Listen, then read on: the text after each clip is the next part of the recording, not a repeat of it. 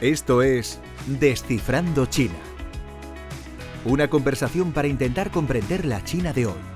Economía, política, ciencia o historia. Queremos conocer qué está ocurriendo en uno de los países que definen el orden global de este siglo. Este podcast está producido por la Fundación Consejo España-China, la principal institución española de diplomacia pública dedicada a China.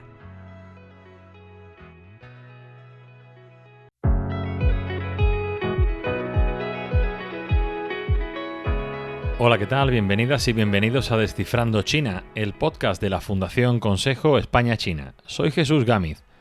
Las tierras raras son un grupo de 17 elementos que están presentes en casi cualquier aparato tecnológico en el que podamos pensar, desde teléfonos móviles a coches eléctricos, desde misiles a turbinas eólicas. Desde hace años, el acceso a las tierras raras se ha convertido en un factor clave para la competitividad tecnológica global, un proceso que no ha hecho más que acelerarse con la eclosión de la inteligencia artificial. China es el principal jugador en este juego. Su posición de dominio en la extracción, procesado y manufactura de imanes hechos con tierras raras le permite tener una mano muy potente en negociaciones de todo tipo. Es una ventaja estructural que tiene implicaciones directas para Europa y para España, en general para la autonomía industrial de muchas economías occidentales. En un contexto de guerra tecnológica entre Estados Unidos y China, en el que se entrelazan cuestiones comerciales y de seguridad nacional, las tierras raras son otro campo de batalla. Por el momento, tras el encuentro de los presidentes de ambos países en Corea del Sur el mes pasado, las aguas parecen estar calmadas, con un acuerdo de una moratoria de un año a los controles de exportación chinos de estos elementos. Hoy en Descifrando China, mezclamos minerales, geopolítica, tecnología y estrategia económica. Lo hacemos con Alicia García Herrero, economista jefe para Asia-Pacífico en el banco Natixis y analista del think tank Bruegel. ¿Qué son exactamente las llamadas tierras raras y por qué son tan importantes para la economía mundial? ¿Cómo se ha convertido el acceso a estos minerales en un factor tan determinante para la competitividad tecnológica de los países? Las tierras raras son un grupo de minerales críticos que suelen ser menos, que entran en menos cantidad respecto al níquel, respecto al grafito, por ejemplo, ¿no? Y normalmente se combinan y por eso se llaman tierras raras, son inputs, metales que entran en la producción, y ahora diré de qué, pero que se clasifican como tierras raras. Hay bastantes, las más importantes son las 7 más 5, es decir, 12 que China a las que ha puesto licencias en dos procesos, primero 7 y después 5, y además hay unas que se llaman profundas y no profundas. Bueno, y esto depende de la extracción, del modo de extracción. Pero para el que nos escucha aquí, lo importante es saber que estas tierras raras no es un invento de ayer, que de repente hablamos de esto y que parece como que las acabamos de descubrir. No. De hecho, hay un artículo buenísimo, encuentro en el Financial Times hace ya unas semanas, que explica que Estados Unidos era, tras la posguerra, tras la Segunda Guerra Mundial, un gran extractor y refinado, refinaba también tierras raras. Y tenía una serie de empresas que al final China, con Deng Xiaoping hablamos, compró. O sea, que esto de que solo China tiene tierras raras, esto no es así. Lo que pasa es que China ha entendido durante mucho tiempo el uso de las tierras raras, y Deng Xiaoping ya decía que mientras que otros tienen petróleo, China tendrá, porque en ese momento aún estaba empezando a extraer tierras raras. Y adquirían estas empresas americanas para aprender a refinar, para tener las patentes de su época de refino. O sea, que esto lleva... Ahora, se han vuelto más importantes ahora porque se usan para unos imanes, magnet en inglés, creo que se dice imán en español, o sea, para este uso, que entran en la producción de semiconductores, en la producción de todo lo que es renovables, coches eléctricos, baterías. Entonces, de repente, como la producción de todo esto se ha multiplicado por, ni se sabe, pues estos insumos se han vuelto más importantes. Pero no es que no existieran antes. Siempre lo han sido para armas de precisión, por ejemplo, los F-35, los F-16 o los drones, los drones son armas actuales, pero cualquier un misil, o sea, ¿por qué requieren, ya digo, estos minerales? Entonces, un poco por simplificar, ni China es la única productora, ahora será casi la única que refina, pero hace mucho tiempo no era China.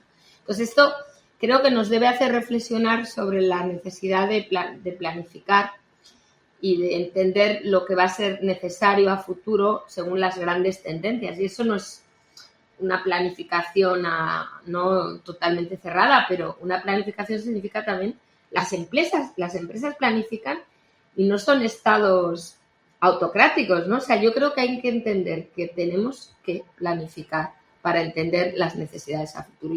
Y esto de las tierras raras es el mejor ejemplo cuando uno ve lo que ha hecho China desde Deng Xiaoping hasta hoy.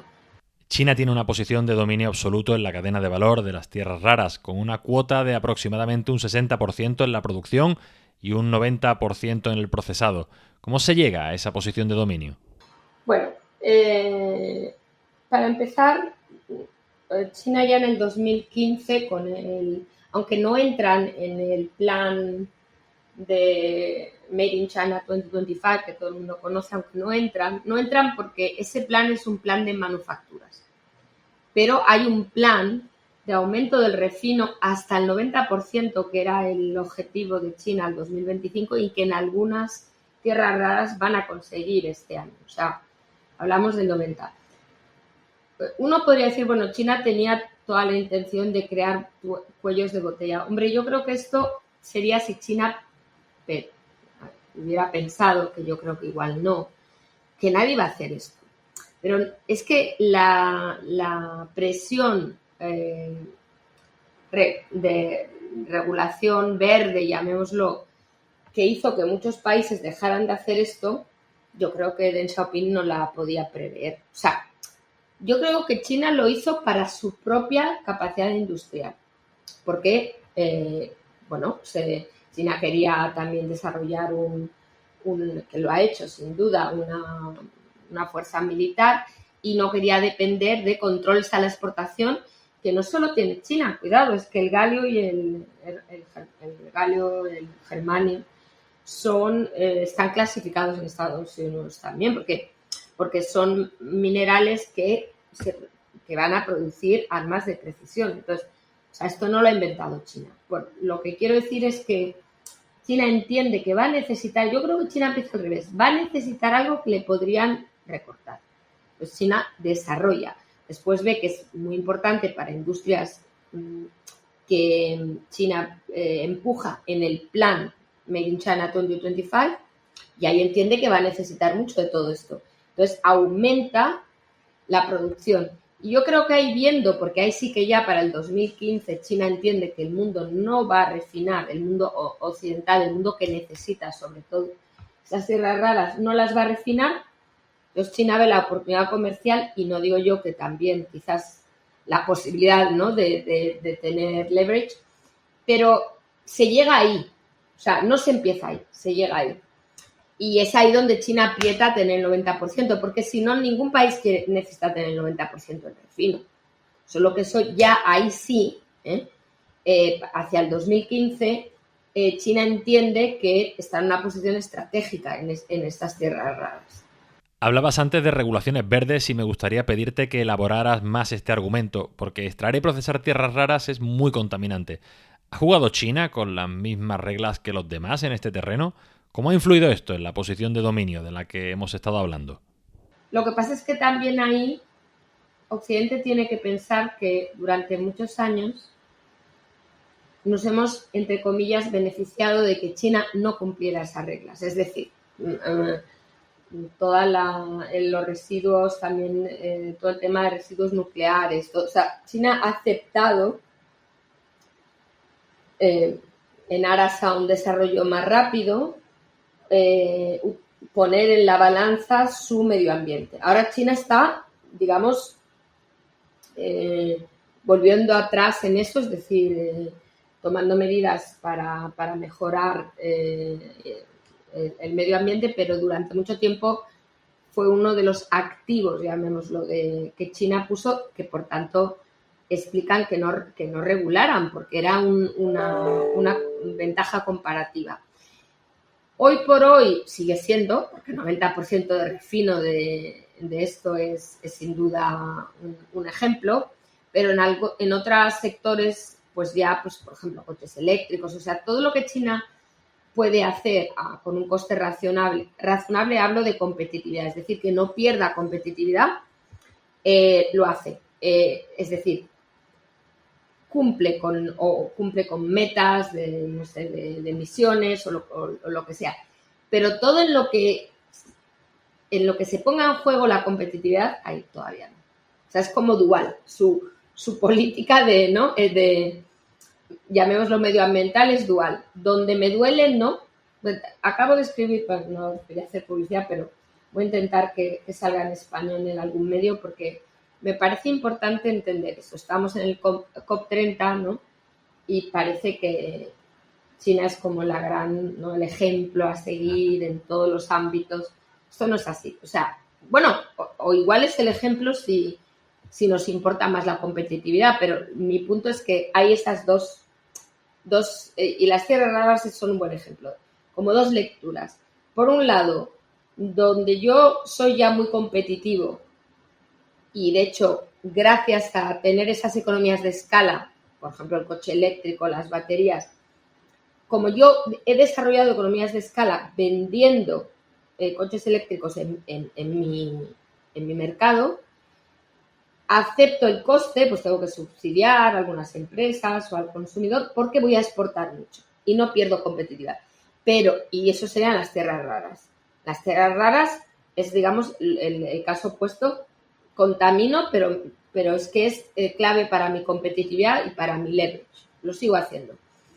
Y entonces, digamos que después hay áreas donde, o sea, como las tierras raras, pues el carbón, en la industrialización, en el ámbito industrial, China apenas ha reducido emisiones.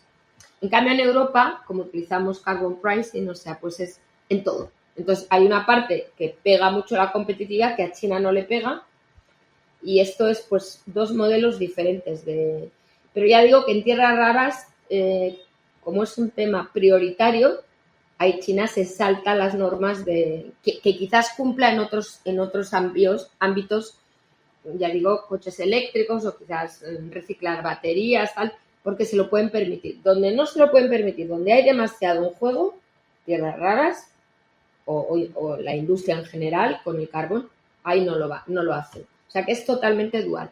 Y por eso, a tu pregunta, sí, claro, o sea, ha habido doble juego en esto.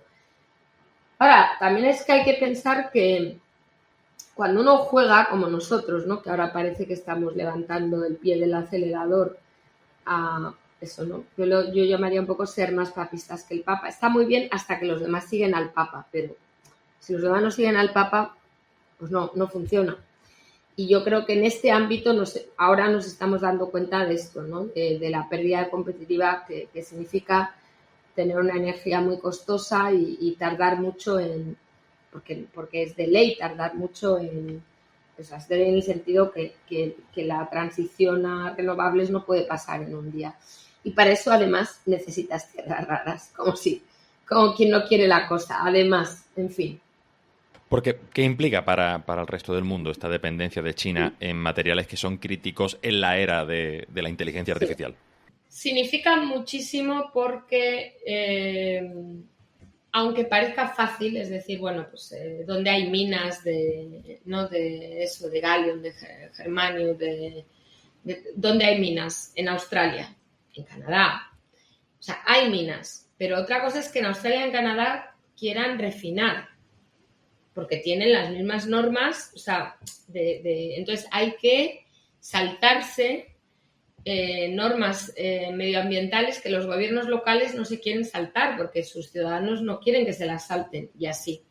Entonces, claro, esto es difícil. Y después habría que coordinar muy bien, pues uno tiene una tierra rara, otra tiene otro. Entonces, habría que coordinar una especie de producción coordinada. Por eso esto se ha discutido en el G7. Japón empuja mucho porque Japón fue el primero que ya sufrió, por eso digo que bueno, China tiene esta ventaja ahora mucho más que entonces, pero ya desde el 2012, cuando hubo el conflicto sobre las islas Senkaku, la manera en la que China reaccionó fue cortar estas tierras raras a Japón. Y Japón lo que hizo es crear una empresa estatal que compró tierras raras en Australia, después empezó a refinar en algunos sitios apartados en Japón, pero ¿qué ocurre? Que de China, cada vez que Japón intenta vender, porque refina a pérdida, digamos que se carga el precio, o sea, entonces no pueden vender porque es demasiado barato. Y lo hace para que no haya competencia. O sea, China no quiere que nadie más, bueno, yo lo entiendo, a estas alturas, refine, porque si no, ese mercado ahora totalmente monopolístico, pues se rompe. Entonces, ¿crees que esta dependencia puede ser delicada o incluso peligrosa para otros países? Es muy peligroso. Explicaba que, bueno, aparte de que se necesita ya para casi todo, también para nuestra nueva industria armamentística en Europa. Porque mientras que Estados Unidos tiene un montón de reservas estratégicas de estos metales, porque lleva toda la vida produciendo, pues eso, armas de precisión, nosotros no tenemos. O sea que para Europa es fatal. Es terrible para los semiconductores del sector automovilístico, como hemos experimentado con Nesperia, porque para el que nos escucha, esta empresa holandesa que compró una empresa de semiconductores china, Wentech, de repente se vio involucrada en la expansión de la lista negra, llamémoslo americana, de empresas chinas, porque es una empresa china. Entonces, al ver que no podía recibir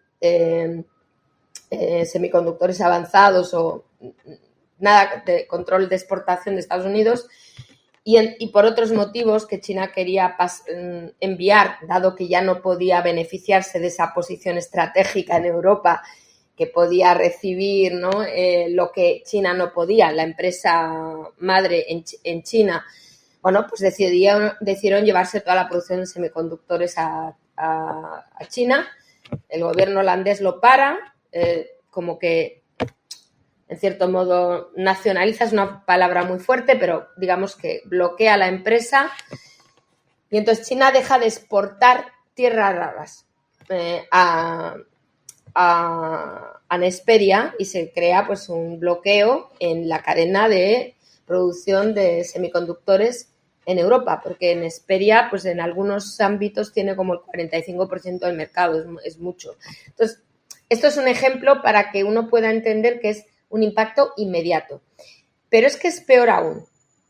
Y es peor porque cuando China dependía de Estados Unidos, o digamos tenía que importar estas empresas refinadoras, hablo de la época de Deng Xiaoping, bueno, no sé cómo se saltaron o cómo hubo transferencia tecnológica, me imagino que la hubo a través de la compra de las empresas. Uno, nosotros no podemos comprar estas empresas a China, o sea, ni de broma, vamos. Uno. Dos, los controles a la exportación de octubre, estos que ahora, gracias a Dios, se han levantado incluso para Europa durante un año, tienen una cláusula de extraterritorialidad. Esto es importantísimo. Significa que si uno, no sé, la antigua planta de Nissan, ¿no? Si Geely quiere utilizar tierras raras en Barcelona, imanes, tiene que tener una licencia. Porque es extraterritorial, o sea, no basta con que Geely pueda sacarlas de China, sino que para usarlas en España necesita una licencia. Y para que venga un técnico china se llama Chinese Persons. Esto lo han copiado los americanos, es igualito en los controles a la exportación americanos. Chinese person se llama. Para que venga un técnico a arreglar cualquier cosa o a colocar los imanes o lo que sea, necesita también una licencia. Y las patentes o toda la tecnología alrededor del refino también necesita una licencia para que nadie lo copie. Ahora, yo creo que, lo voy a decir así claramente, China se pasó con esto, en mi opinión, y sabe que se pasó. ¿Por qué? Porque lo que han levantado Europa durante un año es, como digo yo, de regalo, ¿no? O sea, quiero decir, yo no me creo que Trump haya negociado esto para Europa. ¿Por qué lo han levantado a Europa? Esa es la gran pregunta del millón, ¿no? Sin que parece que se hayan eliminado los aranceles a los coches eléctricos o cualquier cosa que China nos podría haber apretado y se lo habríamos dado, yo creo, porque es que esto es muy, muy serio. ¿Por qué no? Porque yo creo que no estaban preparados para hacer esto en la manera en la que lo habían diseñado en octubre. Y yo creo que en octubre adelantaron unos planes porque tuvieron que reaccionar a las medidas que tomó Estados Unidos de controles a la exportación expandidos a estas subsidiarias, una de ellas Nexperia, pero 2.000 subsidiarias de empresas chinas que se saltaban los controles a la exportación americana. Entonces, China reacciona de cuajo a primeros de octubre sin estar preparada. ¿Qué quiero decir? Esto no es fácil de hacer, ¿eh? O sea, el BIS, que es la agencia americana que se encarga de los controles a la exportación, lleva décadas y décadas y décadas y ellos también a veces cometen errores porque es muy difícil. ¿A qué empresa aplicas? ¿Cómo haces la extraterritorialidad? Estados Unidos utiliza la famosa lista negra, se llama Entity List. China no tiene un Entity List. Tiene una, pero no para esto. Es una que no tiene ninguna consecuencia, que es solo eres el malo de la película, te ponen en el Entity List, pero no te pasa nada porque no tienen manera de, no tienen, ahora con estos controles a la exportación sí, podrían decir, todo el que entre en mi lista negra no recibe. Entonces, como el shock es muy grande, es muy diferente a los controles a la exportación americanos, que son mucho más, el impacto es mucho más reducido, en inteligencia artificial, si no digo que no, pero más reducido. Esto es que es la mitad de la economía. O sea, los automóviles, todas las energías verdes, los renovables, las baterías, los semiconductores, todo el ámbito militar, es que es muchísimo. Y me quedo corta y habrá más.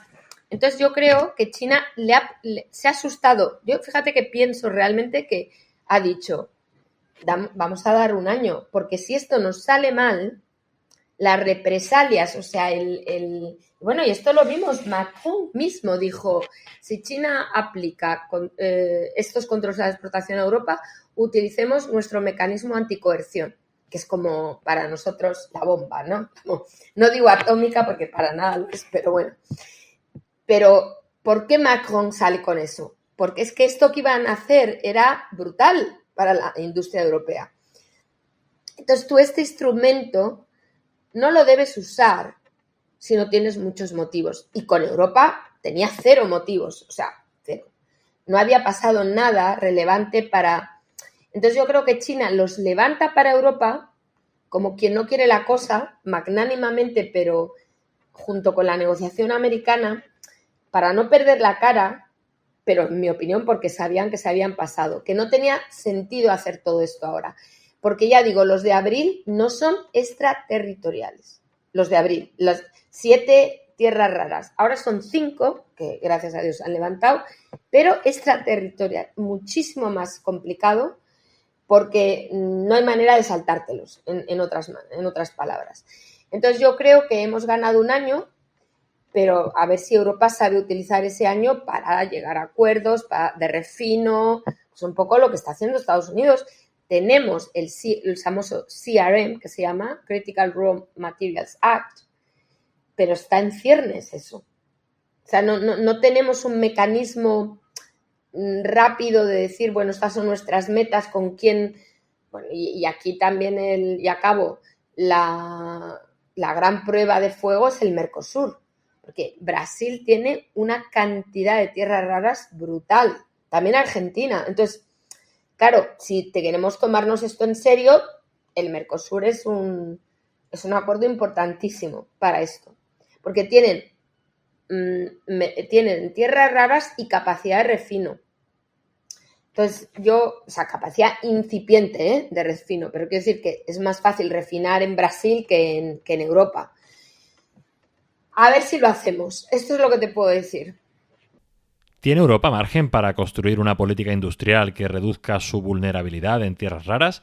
Y si proyectamos 10 o 15 años, ¿cómo imaginas el mapa global de las tierras raras, especialmente teniendo en cuenta el auge de la inteligencia artificial?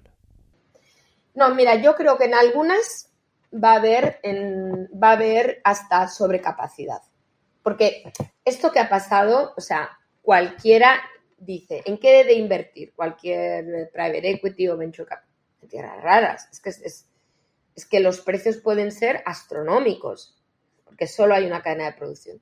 Entonces va a haber muchísima extracción. El refino, como China tiene las mejores patentes, es un tema de precio. Yo lo que he discutido, porque gente que sabe mucho más que yo, es que capacidad de producción, de extracción y de refino puede haber, pero a costes más elevados que China, porque China tiene las patentes de refino muy eficiente.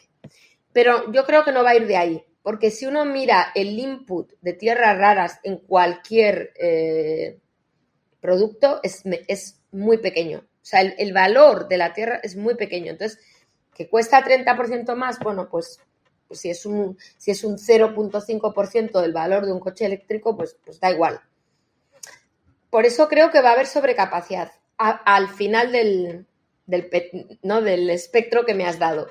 Pero claro, antes de llegar allí, y yo creo especialmente para Europa, porque nosotros tenemos un problema adicional de coordinación a nivel europeo. Habrá quien diga, esto no me interesa, a otros sí le interesa, dependiendo de su capacidad industrial, entonces, claro, nosotros tenemos un problema muy, muy importante para coordinar algo así.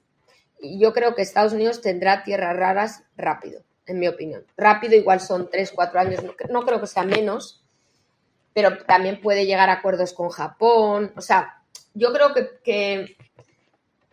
que China ha lanzado esto demasiado pronto y ha disparado la liebre y le va a quitar margen a futuro.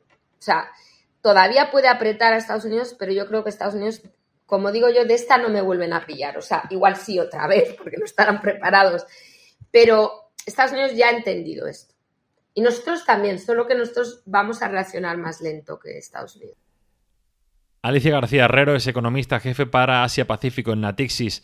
Además, es investigadora senior en el Centro de Estudios Europeo Bruegel. Alicia, muchas gracias por acompañarnos hoy en Descifrando China. Gracias, hasta pronto. Puedes seguir la actividad de la Fundación Consejo España-China en www.spain-china-foundation.org, suscribiéndote a nuestra newsletter o a través de nuestros perfiles en Twitter, LinkedIn, Facebook e Instagram y nuestro canal en YouTube.